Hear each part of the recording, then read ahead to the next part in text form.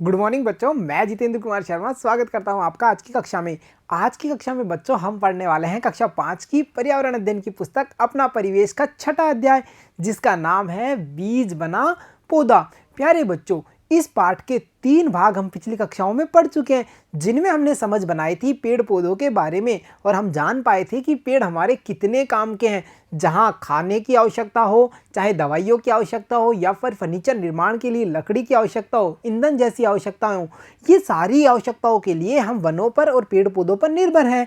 साथ ही साथ हमने ये भी जाना था कि अंकुरण होता क्या है, बीज से नया पौधा बनता कैसे है, और हमने मीरा के साथ मिलकर के ये भी जानकारी प्राप्त की थी कि जो बीजों का प्रकीर्णन है, यानी बीजों का फैलना है, उसके लिए तेज हवा, बहता हुआ जल, पशु पक्षी आदि वो कारक हैं जो बीजों को फैलाने के लिए जिम्मेदार हैं। और हम इतनी समझ बना चुके थे कि इन बीजों का प्रकीर्णन होने से ये बीज एक स्थान से दूसरे स्थान पर हमें दिखाई देते हैं। पर प्यारे बच्चों, आपने कभी सोचा है क्या इन कारकों के अलावा कोई ऐसा कारक और है जो भी बीजों को एक स्थान से दूसरे स्थान पर ले जाता होगा? मतलब क्या मनुष्य भी इसमें बीजों के प्रकीर्णन में अपना योगदान रखता है? तो बच्चों, इसका जवाब होगा हाँ, क्योंकि मनुष्य भी वो कारक है जो बीजों को एक स्थान से दूसरे स्थान पर ले जाता है। इसी कारण बच्चों, हम ये देख पाते हैं कि हमारे यहाँ जो पौधा पाया जाता है उसे हम विश्व के किसी दूसरे राष्ट्र में भी देख पाते हैं। यानी इतनी दूर उस पौधे को कौन लेके गया? तो चलो बच्चों, आज के इस भाग में हम पता करते हैं विदेशों से आए हुए पौधों के बारे में। मतलब वो पौधे जो विदेशों में थे और किन किन कारणों से हमारे देश में आकर के स्थापित हुए हैं, जिनका लाभ आज हम ले पाते हैं, उन्हीं सब पौधों के बारे में चर्चा करेंगे आज के इस भाग में। तो चलो बच्चों, शुरू करते हैं हम आज का भाग, विदेशों से आए पौधे। देखो बच्चों, व्यापार के लिए या फिर घूमने के लिए अनेक व्यक्ति अपने देश से दूसरे देश की यात्रा करते हैं। मतलब बच्चों, जो व्यक्ति होते हैं वो अपने देश से दूसरे देश की यात्राएं क्यों करते हैं? या तो घूमने के लिए या फिर व्यापार करने के लिए। तो जब ये लोग घूमने या व्यापार करने के लिए आते हैं तो उस समय क्या होता है, ये यात्रा के दौरान अनेक पौधों और जानवरों को एक स्थान से दूसरे स्थान पर ले जाते हैं। अब होता क्या है, जब इन्होंने कोई छोटा पौधा या उसके बीज अपने साथ लेकर के आते हैं और जहाँ ये रहते हैं, जैसे कोई अमेरिका से चल कर के हमारे भारत में आता है और कुछ दिन यहाँ ठहरता है, तो वो अपने द्वारा लाए गए पौधे या बीजों को वहाँ उगाने की कोशिश करता है। अगर उस पौधे या बीज को उचित वातावरण मिल जाता है तो वो संघर्ष में सफल हो जाता है, तो वो पौधा हमारे यहाँ स्थापित हो जाता है। और फिर धीरे धीरे उस पौधे से प्रकीर्णन की अवस्था होती है, यानी जब उसके बीज बनते हैं तो फिर वो इधर उधर फैलना शुरू हो जाते हैं और उस पौधे की प्रजाति हमारे यहाँ भी दिखने लग जाती है। और यहाँ हम देख पा रहे हैं एक घूमने जाती हुई प्यारी सी बच्ची को। तो बच्चों, हमने ये तो समझ बनाई कि पौधे हैं या विदेशों के जो पौधे हैं वो हमारे यहाँ पहुँचे कैसे। या तो वो व्यापार करने के लिए आने वाले व्यक्तियों के द्वारा लाए गए, या फिर जो घूमने के लिए हमारे देश में आए थे उन व्यक्तियों के द्वारा वो पौधे लाए गए होंगे।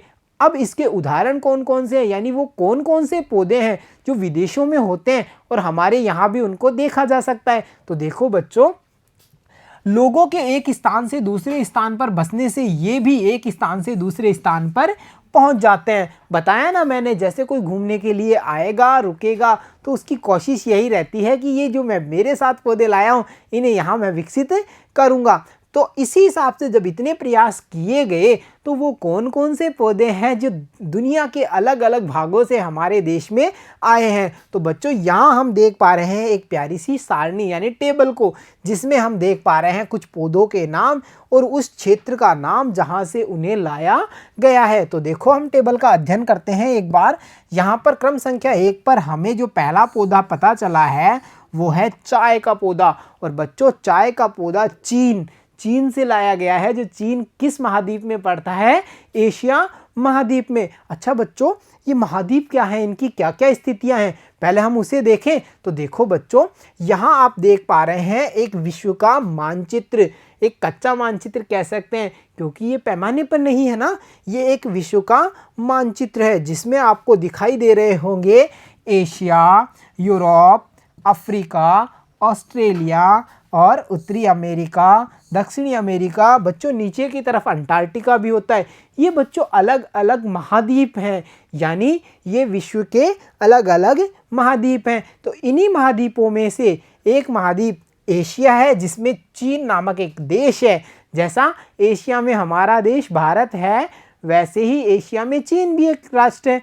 उस राष्ट्र चीन से हमें ये पता चला कि चाय का पौधा लाया गया है। उसके अलावा देखो बच्चों, कॉफ़ी का पौधा अफ्रीका से लाया गया है और भिंडी का पौधा भी अफ्रीका से लाया गया है। इसके बाद में गोभी का पौधा यूरोप से और मटर का पौधा भी यूरोप से लाया गया है। तो आपने ये तो देखा, इन पौधों को हम हमारे आसपास देखते हैं या इनकी जो उपज है, इसका जो फल है, उसका हम उपयोग करते हैं, परंतु हमने ये भी तो जाना कि ये कहाँ से आए हैं। जैसे चाय हमारे घरों में पी जाती है, परंतु चाय आई कहाँ से? चीन से आया ये चाय का पौधा। इसके बाद में कॉफ़ी पी जाती है, वो अफ्रीका से आई है। उसके बाद में भिंडी की सब्ज़ी, गोभी की सब्ज़ी, मटर की सब्ज़ी ये बनाई जाती है। ये अलग अलग राष्ट्रों से हमारे देश में आए हैं। मतलब बच्चों, हम ये समझ पा रहे हैं कि दुनिया के अलग अलग कोनों से हमारे देश में विदेशी पौधों का आगमन हुआ है। तो चलो और जानते हैं कुछ ऐसे पौधों के बारे में जिन्हें कौन लेके आया या किस कारण से वो हमारे देश में आए हैं। तो देखो बच्चों, भारत में रहने वाले, यहाँ हम देख रहे हैं भारत में रहने वाले अंग्रेज़ों ने, भारत में रहने वाले अंग्रेज़ों से मतलब बच्चों ये बात हो रही है 1947 से पहले की, जब हमारा देश गुलाम था। उस समय अंग्रेज़ों का शासन था। तो जो भारत में रहने वाले अंग्रेज़ थे, उन्होंने क्या किया था, दक्षिणी अमेरिका से लेंटाना का पौधा ला करके कोलकाता शहर में एक बगीचे में लगाया था। प्यारे बच्चों, नक्शा मैंने आपको समझाया था, हमने देखा था ना। तो हमें ढूंढना है इसमें दक्षिण अमेरिका, और दक्षिण अमेरिका को हम देख पा रहे हैं यहाँ पे। ये रहा हमारा दक्षिण अमेरिका। बच्चों, इस दक्षिण अमेरिका से लेंटाना का पौधा दिखाई दे रहा है ना सभी को, लेंटाना का पौधा, फूलों वाला लेंटाना का पौधा लाया गया। और इस पौधे को यहाँ से ला कर के, देखो आप कितनी दूर, दक्षिणी अमेरिका से ला कर के हमारे भारत के कोलकाता में स्थापित किया गया एक अंग्रेज अधिकारी के द्वारा। यानी हम समझ पाए कि इस पौधे ने कितनी लंबी यात्रा की है और ये दक्षिणी अमेरिका से चल करके हमारे देश में पहुंच गया। तो हमें पता चला लेंटाना एक विदेशी पौधा है जो दक्षिणी अमेरिका में होता है और किसी अधिकारी के द्वारा यहाँ पे लाया गया था। ऐसा ही और कौन सा पौधा है? तो देखो बच्चों, आगे हम देखते हैं अगले पौधे के बारे में। एक अंग्रेज अधिकारी ने ऑस्ट्रेलिया से यूकेलिप्टस के पौधे को तमिलनाडु की नीलगिरी की पहाड़ियों में ला करके लगाया, इसीलिए इसे नीलगिरी भी कहा जाता है। यानी बच्चों, जो यूकेलिप्टस का पौधा है वो ऑस्ट्रेलिया से लाया गया। और इस नक्शे पे हम देख पा रहे हैं ऑस्ट्रेलिया को, कहाँ पता कीजिए, हमें दिख रहा है ऑस्ट्रेलिया यहाँ पे। और यहाँ पे हम देख पा रहे हैं यूकेलिप्टस का पौधा, जिसे ऑस्ट्रेलिया से ला करके यहाँ से इसने यात्रा शुरू की और हमारे तमिलनाडु के जो नीलगिरी पहाड़ियाँ हैं वहाँ पर ये स्थापित किया गया। और इसी नीलगिरी पहाड़ी की वजह से हमारे यहाँ स्थानीय भाषा में इस पौधे को नीलगिरी का पौधा भी कहा जाता है। तो लेंटाना हो या फिर यूकेलिप्टस हो, ये विदेशी पौधे हैं जो हमारे भारत में बाहर से आए हैं। इसके अलावा देखो बच्चों, भारत द्वारा अमेरिका से मंगवाए गए गेहूं के साथ गाजर घास के बीज भी आ गए और अनावश्यक रूप से भारत में फैल गए। यानी बच्चों, खाद्य आपूर्ति के लिए दुनिया के जितने भी देश हैं वो आयात और निर्यात करते हैं। अब ये आयात क्या होता है ये भी हमें पता होना चाहिए ना, कि आयात होता क्या है और निर्यात क्या होता है। आयात और निर्यात, देखो बच्चों, जब हमारे देश से कोई वस्तु बाहर भेजी जाएगी उसे हम कहेंगे निर्यात। यानी जब हम कोई उत्पादन अपने देश में करेंगे और उसको बाहर किसी अन्य राष्ट्र को भेजेंगे तो वो चीज़ होगी हमने निर्यात किया है। और बाहर से हम कोई चीज़ मंगवाते हैं तो उसे हम कहते हैं आयात किया है। तो ऐसा ही आयात किया अमेरिका से हमने गेहूं का, यानी गेहूं हमने मंगाया अमेरिका से और उस गेहूं के साथ में बच्चों गाजर घास के भी बीज उसमें आ गए थे। और यहाँ हम देख पा रहे हैं उसी गाजर घास के पौधे को। बच्चों ये कहाँ से आया? अमेरिका से। और अमेरिका से ये आकर के हमारे भारत में अनावश्यक रूप से फैल गया। मतलब बच्चों इसकी ग्रोथ, इसकी फैलने की क्षमता इतनी होती है, इसमें बीजों की संख्या अधिक होती है, तो ये एक पौधे से थोड़े समय में ही काफ़ी सारी जगह पर फैलने लग जाते हैं। यानी इनका हम कह सकते हैं अंकुरण बड़ी जल्दी होता है, ये शीघ्रता से प्रकीर्णन करते हैं, यानी इधर उधर काफ़ी जल्दी फैलते हैं। तो हम समझ पाए आयात और निर्यात को। साथ ही साथ हमने ये जाना कि जो लेंटाना हो या यूकेलिप्टस हो या गाजर घास हो, ये वो पौधे हैं जो विदेशों से हमारे देश में आए हैं। तो देखा बच्चों आपने कितनी आसानी से हमने ये समझ बनाई कि विदेशों से भी हमारे देश में अनेक प्रकार के पौधों का आगमन हुआ है। तो चलो बच्चों अब हम देखते हैं कि आज के इस अध्याय से हमने अब तक क्या क्या सीखा है। तो शुरू करते हैं। हमने सीखा, देखो बच्चों हमने सबसे पहले ये जाना कि बीजों का अंकुरण अनुकूल परिस्थितियों में ही होता है। इसके लिए बच्चों हमने प्रयोग भी किया था कटोरी वाला, यानी बच्चों जिस कटोरी में अनुकूल परिस्थितियां थी अंकुरण की क्रिया उसी कटोरी में होगी और दूसरी कटोरियों में नहीं होगी। साथ ही साथ हमने ये भी जाना कि कुछ पौधे बिना बीज के भी उगते हैं, जैसे हमने देखा था आलू या फिर पत्थर चट्टा या फिर मनी प्लांट का पौधा, पुदीने की टहनी वाला पौधा, ये सब वो पौधे हैं जिनके उगाने के लिए हमें किसी प्रकार के बीजों की कोई आवश्यकता नहीं होती। और हमने इस अध्याय से ये भी समझ बनाई कि बीज अलग अलग तरीकों से इधर उधर फैल करके प्रकीर्णित होते हैं, चाहे वो तेज हवा के द्वारा हो, बहते हुए जल से हो, जानवरों पशु पक्षियों के द्वारा या फिर मानव द्वारा यात्रा के दौरान एक स्थान से दूसरे स्थान पर फैलाए जाते हैं। तो ये वो तरीके हैं जिनसे कि बीज एक स्थान से दूसरे स्थान पर प्रकीर्णित होते हैं। तो प्यारे बच्चों जब हमने अध्याय से इतनी सारी समझ बना ली है तो क्यों ना हम देखें कि हमने क्या जाना, क्या समझा, और जो जाना और समझा है उसे अब हम बताते हैं। तो देखो बच्चों हमारा पहला प्रश्न है, बीजों के अंकुरण हेतु आवश्यक परिस्थितियों के बारे में बताइए। यानी हमें बच्चों इस प्रश्न में आंसर में क्या लिखना है, उन परिस्थितियों का वर्णन करना है जो किसी बीज के अंकुरण के लिए आवश्यक होंगी।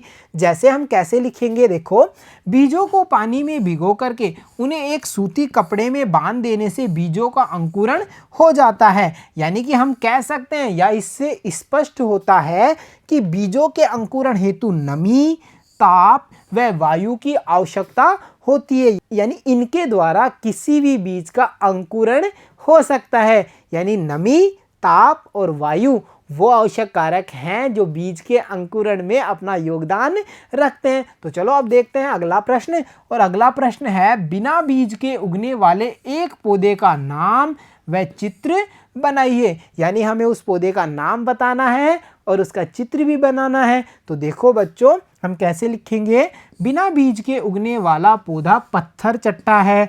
देखा था ना हमने पत्थर चट्टा, और ये उगता कैसे है तो वो भी लिखेंगे हम। पत्थर चट्टा की पत्ती को मिट्टी में दबाने पर नया पौधा बन जाता है। तो हमने ये तो बता दिया कि पौधे का नाम होगा पत्थर चट्टा।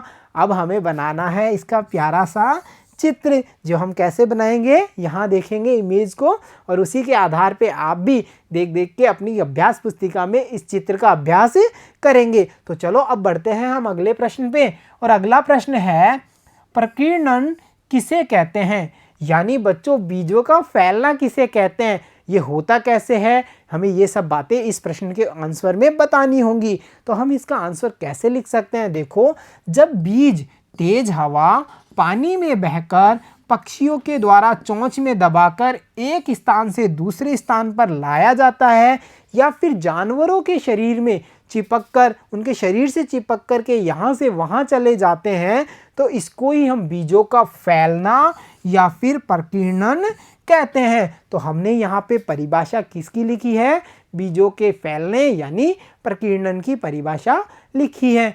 तो अब बच्चों हम देखते हैं हमारा अगला प्रश्न। और हमारा अगला प्रश्न है, मनुष्य बीजों का प्रकीर्णन कैसे करते हैं, लिखिए। यानी हमें यह तरीका बताना है कि मनुष्य बीजों को एक स्थान से दूसरे स्थान पर कैसे फैला सकता है? तो देखो बच्चों, इस स्थिति में हम समझ पा रहे हैं, जब मनुष्य पेड़ पौधों के पास बैठता है तो पेड़ पौधों के जो बीज हैं उनके कपड़ों से चिपक करके दूसरे स्थान पर पहुंच जाते हैं। ये वही पहली स्थिति, यानी मनुष्य के कपड़ों से चिपक करके बीज एक स्थान से दूसरे स्थान पर पहुंचे, उनका प्रकीर्णन हुआ। या फिर बच्चों हम कह सकते हैं, मनुष्य एक स्थान से बीज अपने साथ दूसरे स्थान पर ले जाते हैं तथा उन्हें खेतों में, पार्कों में उगा देते हैं, जहां वे अंकुरित हो जाते हैं। जैसा कि हमने देखा था, अंग्रेज अधिकारियों द्वारा विश्व के अनेक राष्ट्रों से हमारे देश में अनेक प्रकार के पौधे लाए गए। तो बच्चों, ये वो तरीके हैं जिनके द्वारा हम कह सकते हैं कि मनुष्य भी बीजों के प्रकीर्णन में सहायता करता है। तो चलो अब देखते हैं हमारा अगला प्रश्न, और अगला प्रश्न है, विदेशों से आए 5 पौधों के नाम लिखिए। यहाँ हमें बताने हैं 5 विदेशी पौधों के जो हमारे देश में उगते हैं या वो विदेशों से हमारे देश में आए हैं। तो देखो हम कैसे लिखेंगे। भारत में विदेशों से आए 5 पौधे निम्नलिखित हैं, जैसे नंबर 1 चाय, नंबर 2 लैंटाना, नंबर 3 पे हमने लिखा कॉफ़ी, और फिर गोभी, और फिर हमने लिखा यूकेलिप्टस। इसके अलावा गाजर घास भी हम लिख सकते हैं ना, मटर का पौधा भी हम यहाँ पे लिख सकते हैं, क्योंकि ये सारे विदेशी पौधे हैं जो हमारे देश में आए हैं। तो चलो अब देखते हैं हमारा अगला प्रश्न। अपने आसपास आपने कौन कौन से विदेशी पौधे देखे हैं? बच्चों, आप अपने आसपास देखेंगे और पता करेंगे कि कौन कौन से पौधे हमारे यहाँ पर बाहर से आए हैं, यानी विदेशी पौधे हैं। तो जब मैंने इस चीज़ को देखा, इसका प्रयोग किया या अवलोकन किया, तो बच्चों मुझे पता चला कि मेरे पास चाय, कॉफ़ी, भिंडी, गोभी, मटर, यूकेलिप्टस, गाजर घास, लैंटाना, ये वो पौधे हैं जो विदेशों से हमारे यहाँ पे आए हैं। ऐसे ही बच्चों आप भी पता करेंगे और यहाँ लिखेंगे कि कौन कौन से पौधे विदेशों से आपके यहाँ पे आए हैं। तो चलो बच्चों, हमने अध्याय का गहनता से अध्ययन किया और इतनी सारी समझ बनाई। हमने ये भी जाना कि प्रकीर्णन कैसे होता है, अंकुरन के लिए क्या क्या उपलब्धियाँ चाहिए, और हमने साथ ही साथ ये जाना कि जो विदेशों से आए हुए पौधे हैं वो हमारे देश में आए कैसे, यानी उनका प्रकीर्णन यहाँ पे कैसे हुआ। तो चलो बच्चों, अब हम देखते हैं इस अध्याय की शिक्षा को, और हमारी आज की शिक्षा है अंकुरित बीज खाओ, स्वास्थ्य बनाओ। यानी बच्चों, अगर हेल्दी रहना है तो हमें अंकुरित बीज को खाना है। यानी कि आपने देखा होगा, कुछ लोग मूंग, मोठ, चनों को रात को भिगो देते हैं सूती कपड़े में बांध करके, और फिर सुबह उन्हें खाते हैं। ये एक बहुत ही अच्छी डाइट होती है, बहुत अच्छा भोजन होता है। इसीलिए तो शिक्षा में कहा गया है कि अंकुरित बीज खाओ, स्वास्थ्य बनाओ। तो प्यारे बच्चों, आज के इस भाग में, आज के इस अध्याय में, यानी बीज बना पौधे, इस पाठ में हमने काफ़ी कुछ जाना है। तो प्यारे बच्चों, मिलता हूँ आपसे अगली कक्षा में। तब तक के लिए धन्यवाद बच्चों।